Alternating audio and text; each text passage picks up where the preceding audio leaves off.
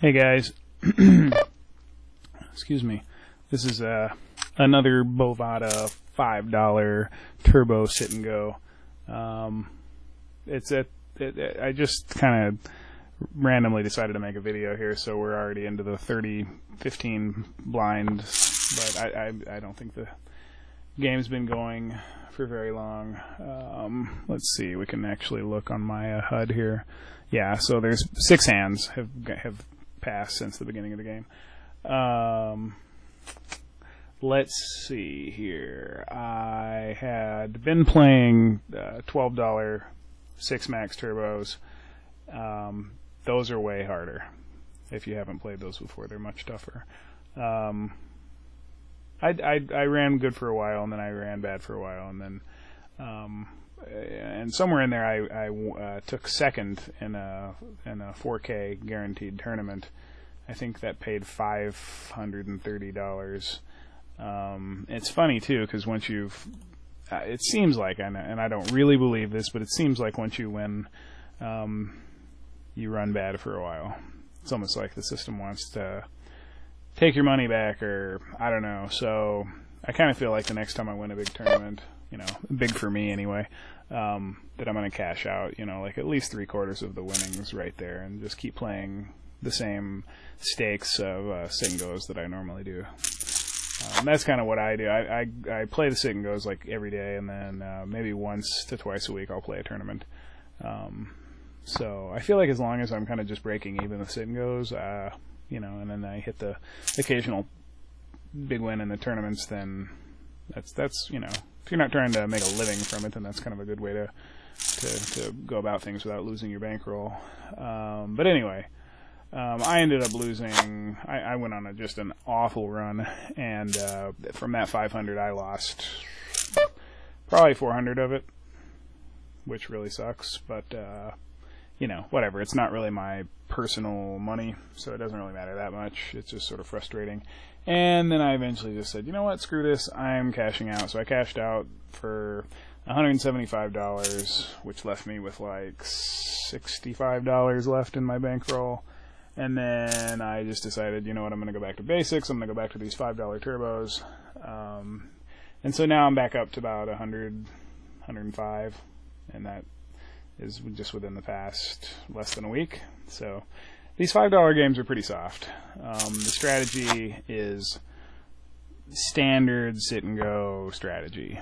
Play super, super, super tight when the blinds are small. And, then widen your range as blinds increase. And, play your opponents. So, and I'm using a HUD. If you're interested, the HUD that I'm using is called Tournament Indicator. And it gives you all these stats on the screen, and then below my tournament window, it looks like this. And most of this I don't find terribly useful. This meter over here that kind of shows your M. If you're familiar with Harrington on Hold'em, I think he's the one that introduced the concept of M. Shows you your M right here, which, like I said, in tournaments I think it's pretty handy. If you have like the nuts, it's kind of funny. It'll flash "You have the nuts" in big glowing letters down here where it tells you your hand strength. You can click on this card. Let's see, how does that do it? Yeah, and you can get. Well, it's not letting me drag it into the window, but anyway, you can get a board where you can kind of play around with the whole cards, and it changes all your win odds, pot odds. The win odds and pot odds here are somewhat handy. The pot odds are very nice because it tells you exactly what your pot odds are. Your win odds are not always very accurate because they count some of your outs that I don't really think are outs. But I mean, the software itself, it's $100 for a license. It's more than paid for itself, so. Highly recommended if you haven't tried it before.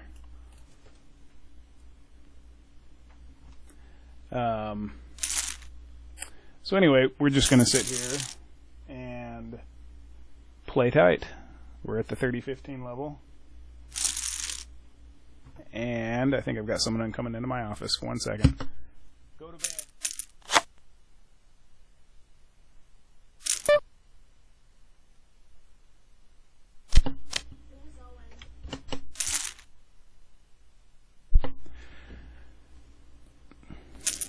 All right.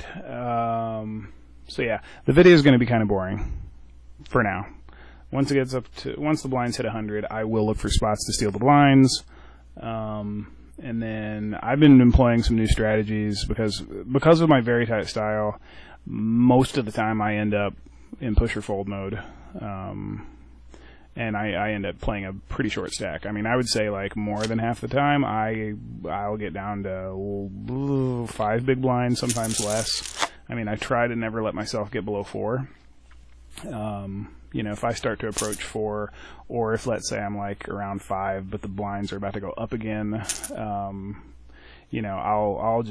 I'll pick an opponent at the table who looks tight, and then when they're in the blind, I will push any 2 cards. And sometimes I get called, and you probably have roughly, I think, about 30% equity against a lot of the hands that you're going to get called with. So, if you pushed in with like 8-4 offsuit, I've banked an 8 or a 4 when they had ace-king and, cracked their hand. That certainly happens. So, the worst thing you can do is let yourself get blinded down past 4 big blinds where you have no fold equity whatsoever. That has happened, and I've actually gotten some interesting ideas about how to deal with that too. And so if we get into that situation, we can try some of those ideas out. I can talk about them a little bit now while we're waiting, since there's really nothing else to do other than sit here and watch everybody play badly. You'll find most of the players at these levels are bad, just really bad. In fact, if you're familiar with poker stats and what a good player's stats should look like, you can look around the table, and we can see like the guy to my left has a VPIP of 30.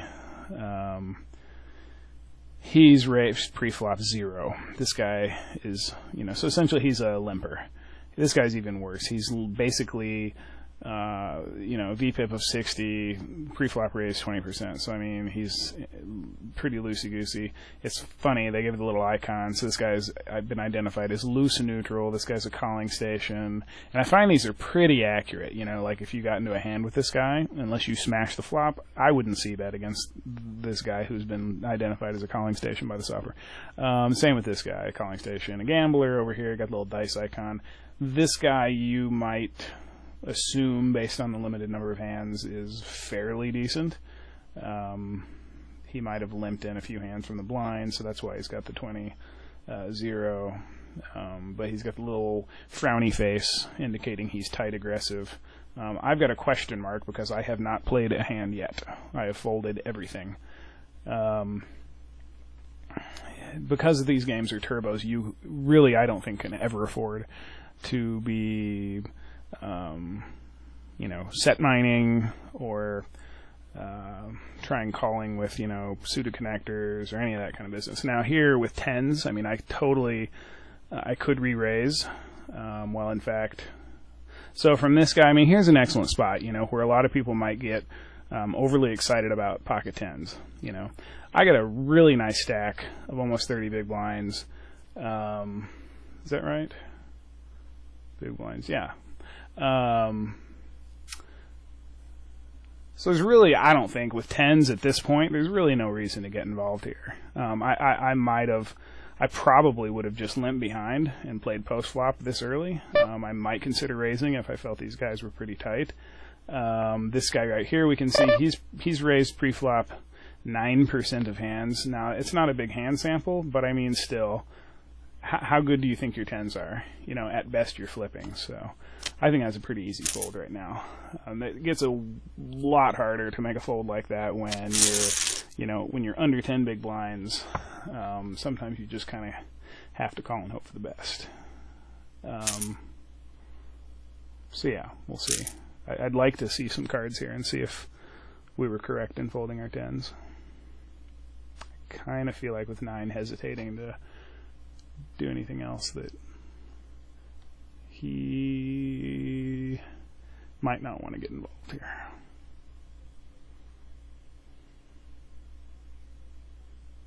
What in the world does 6 limp, call, and then check raise the flop with? I have no idea. And what did 5-3 re-raise with pre and fold? No idea. Now here from the small blind, You know, you can either raise or fold. I don't think completing in the small blind with ace-6 offsuit is a good play. I mean, maybe if it were suited, I might consider it. You know, and it's so hard to put these guys on a hand range now. I mean, okay, he's limping 58% of hands, so you know that could be that he's limping a totally mediocre hand, or maybe he's limping kings or jacks. I've seen players like this who will limp their whole range. They will limp the aces, they will limp the king 7 suited. It doesn't matter.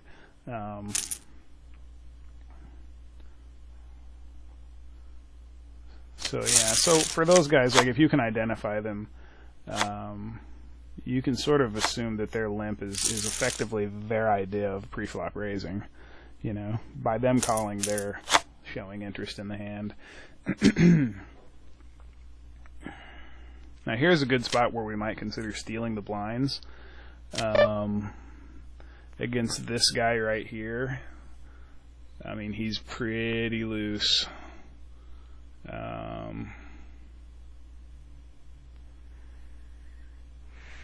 You know, I don't know. And then we got this guy in the blinds, who's a fairly big stack. The blinds are going to go up. I'm not a huge fan of raising on these real loose players with a marginal holding. And, you know, they were both, the guy down number 6 is no longer identified as a calling station apparently, but they both are pretty call stationy. So it's like, you know, you raise with king 8, you get called, you miss the flop, you know, are you going to c-bet? I'm not against those two guys, so.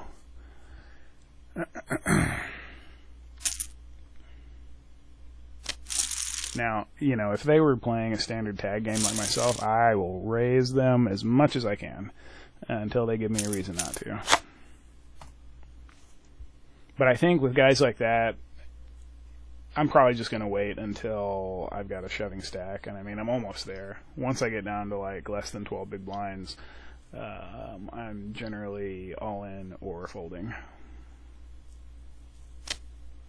And as you can see, we have not gotten a single solitary decent hand except for those pocket tens.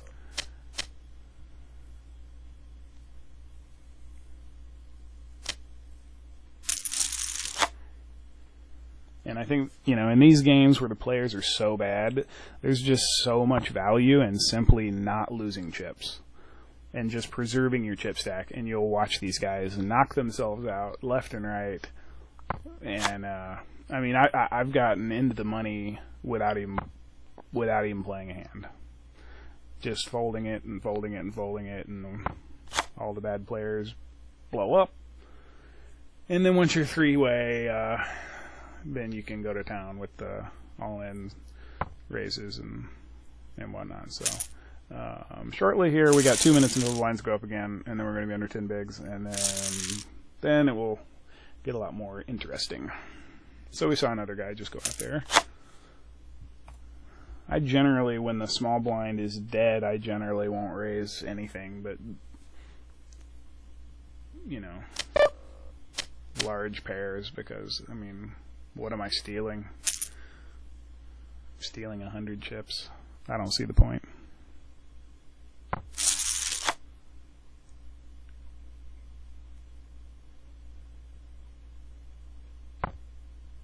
Of course, here we would have flopped 2 pair, but we don't think about that. Make our decisions pre-flop, and if we happen to see that we would have been lucky, you know, it's really irrelevant to the decision we're making before the flop.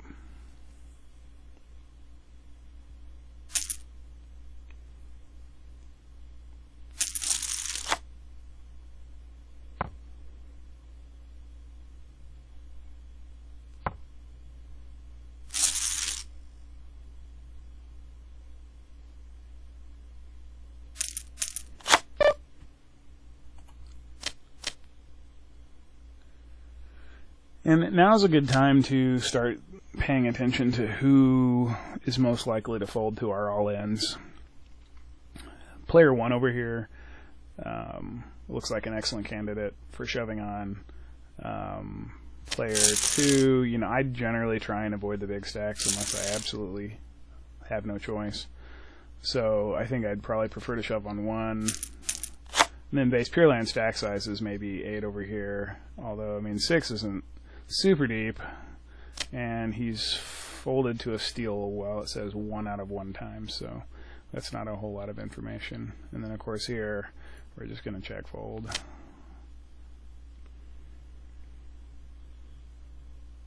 Or fold, I guess. We're not even going to get the opportunity. And I like to do this, too, sometimes. I like to fold and show to kind of, I don't know, let them know that we recognize what a crappy hand is. And then they'll do that right there. They'll show their hand a lot of times, which is very helpful. So 10-7 suited. I would have shoved from the small blind if it had folded around to me. So here we're getting 5-1. I think it's okay to limp in here if you don't think this guy's going to re-raise, and I don't think he will, based on his stats. But we have to smash the board pretty hard. That looks like we smashed the board pretty hard. So we have a choice. We can lead.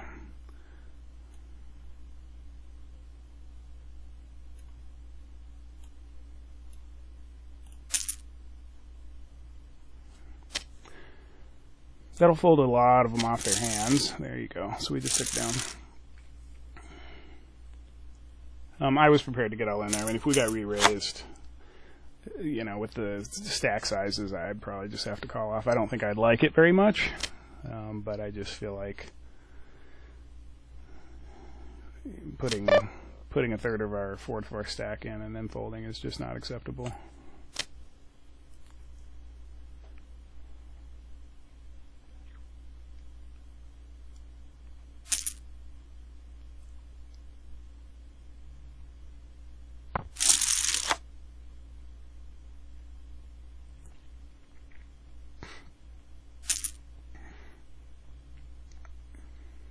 But these are the kind of things that you just aren't going to get away with at a higher stakes game, like limping from the small blind and then leading the flop. I mean, you're going to get re-raised or pushed off your hand a lot by better players. But at these stakes, the players, very few of them are even bothering to try and put you on a hand. They're literally at level 0 thinking. They're thinking about what cards they have, and that's it.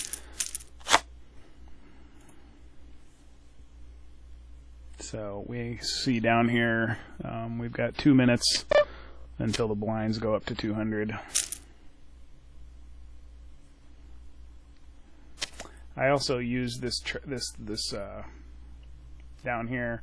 Generally, I'm not going to get super concerned until I start to fall below the 4 mark here, like 3.5 even, before I get really desperate.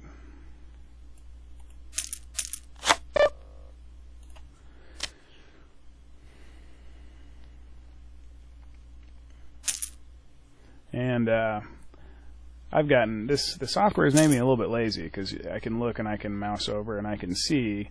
Well, my cursor's not going to work, but we can see starting from the top. We see our M and then B 10.1. So I have 10.1 big blinds.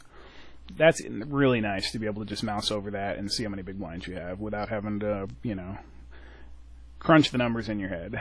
I mean, I can do it, but it's a little bit, you know, takes you a couple seconds or. Depending on the day, more than that. Here's an interesting spot. We have an under the gun limp with 7-8 offsuit.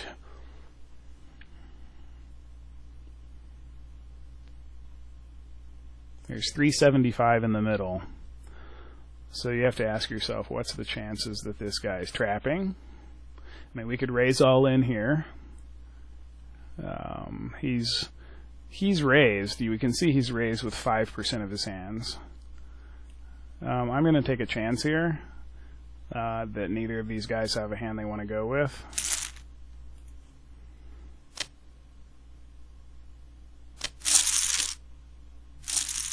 And so finding spots like that's critical.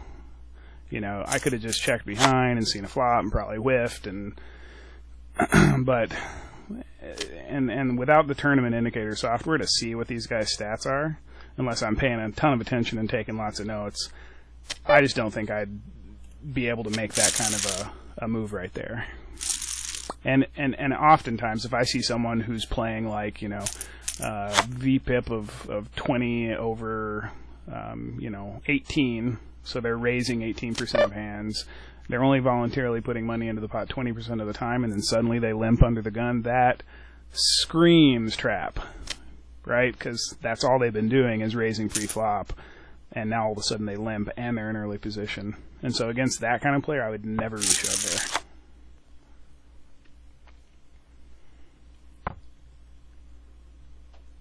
And so we're on the... I just noticed... I shouldn't have just noticed, but this is something to be very aware of. We're on the bubble, and everybody wants to make the money. You can definitely apply more pressure to stacks that you have covered. So nobody at this table I'm going to try and put a ton of pressure on, but it is something to be aware of. And so my real hope at this point is that one of these terrible players, especially with all this limping, this is really good for us because all three are going to see a flop. It's just a matter of time before two of them get a piece big enough that they feel like they're going to go with it, and then one of them busts, and there we go. We're three-handed, and we didn't have to do anything. Yeah. So let's see what happens here. This might be exactly what we were just talking about. Oh, 2 is hesitating. Didn't like his hand that much, apparently.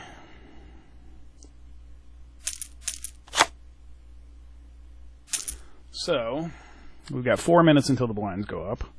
We have 8.7 big blinds, so to me that's a very healthy stack for one of these turbo sit and goes. And this is interesting. It's the exact same scenario as last time, except we have 3-6 suited. I could try it again, but I also feel like when you push stacks around too much that they will start to play back at you.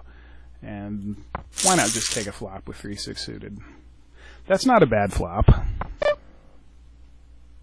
So do we lead or do we check? We're fairly shallow here that if we lead and get any action, we've got to go with the hand. And I don't really want to do that on the bubble. So we're going to let it go, unfortunately. I really want to shove, but we're also so close to the money, and I think there's so much more value in the stack that we have and being able to put our chips in and take down blinds. I don't know. Why risk it? And we would not have hit our flush if we'd been called. And I think we would have been called. I don't think with a bet of 400, a call of 400, the size of the pot and how much I had behind, I don't think you're getting any folds. And we definitely would have been called because that guy had trips. We've got 2 minutes left till the blinds go up. We have 7.7 big blinds. When they go up, we will have 5.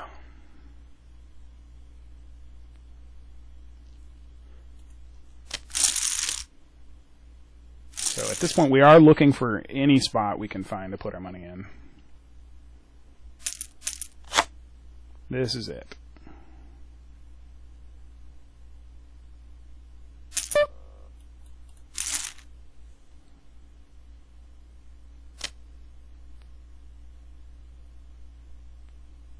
See if our 9s hold up here.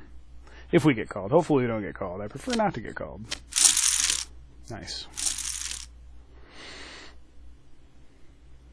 I think our image, we're raising with 10% of hand, we're voluntarily putting money into the pot 10% of the time, we're raising 7% of the time.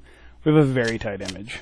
And so there's no reason for any of these guys at the table to think that we're out of line, that we're doing anything funny. So that's always important to keep in mind. If you've been very active, and then you get a hand like 9s, maybe you don't want to get involved because, you're going to get snapped off by King Jack, whereas, or whatever, you know, a hand that normally he might have folded if he thought you were a very tight player, that he would have called with, and then you're sort of flipping.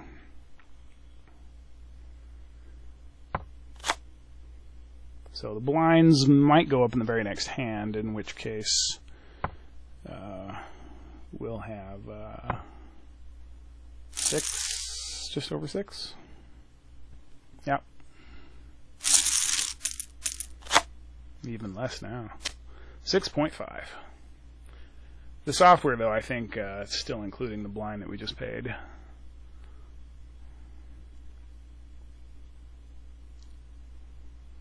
If I had a slightly better hand, I'd go all in here. Except the things that concern me are this number 2. He's very deep, so he's not going to feel too much trouble with calling off. This guy, I think if it were just the two of us, I could very well consider just raising all in here. Because I think, looking at his stats and looking at his stack size, he probably just wants to see a cheap flop.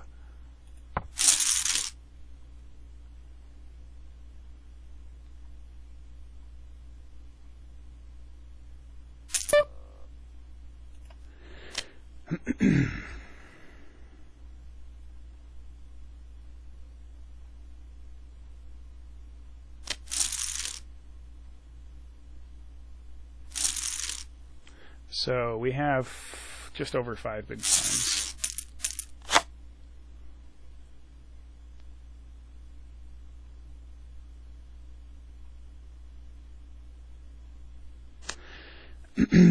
If we let ourselves get hit by the blinds again,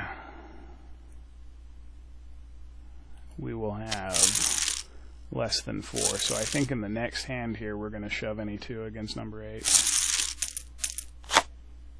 And king 7 off is perfectly fine, I think, in this spot. We need 2 to fold, though. And he doesn't. That sucks.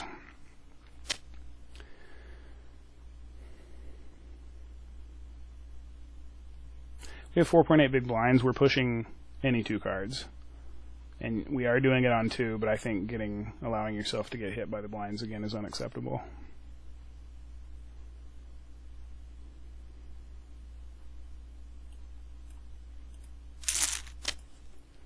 Hopefully we get folds.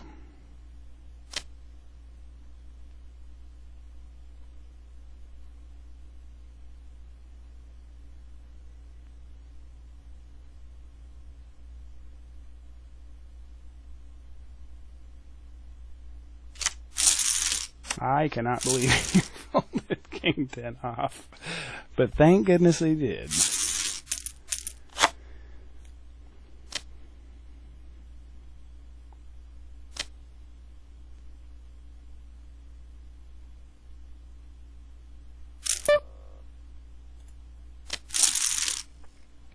So same thing applies here. We've got 6.5.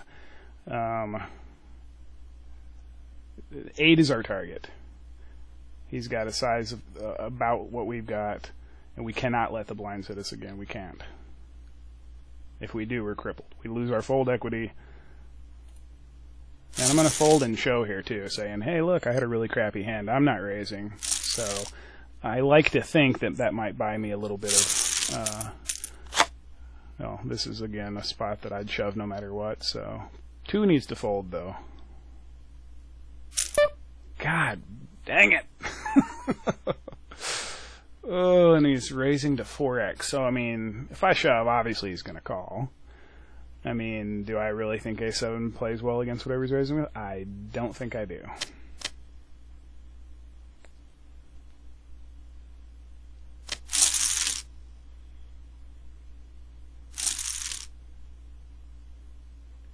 Now, here's where I might consider, well,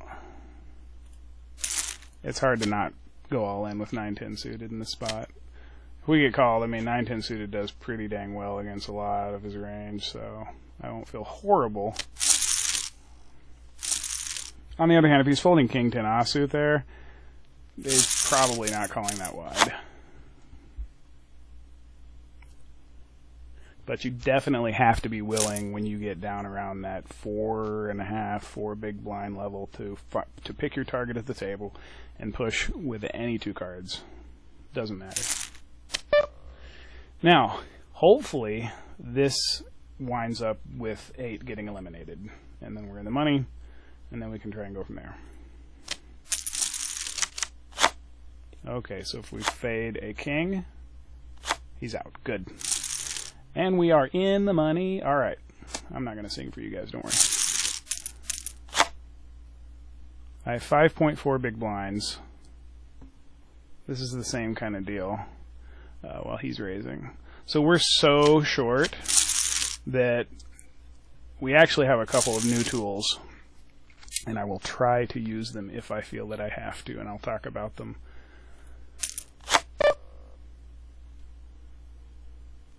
So we're going to try and rep tremendous strength here. And then obviously we get called, we're shoving any flop. If we get re-raised, we're all in. And now we're just all in. Doesn't matter. I mean, we caught a piece of it. And look at that. Ah! That's okay. We at least made a little bit of money. And we had the best hand when the money went in there. As long as you get your money in with the best hand, if you get sucked out on, you can't really worry about it too much. That's going to happen. So I think that was a really good result. Most of the time in that spot, we doubled up right there, and we're in it. And so, yeah. Anyway, I guess that'll wrap it up for this video. Thanks for watching.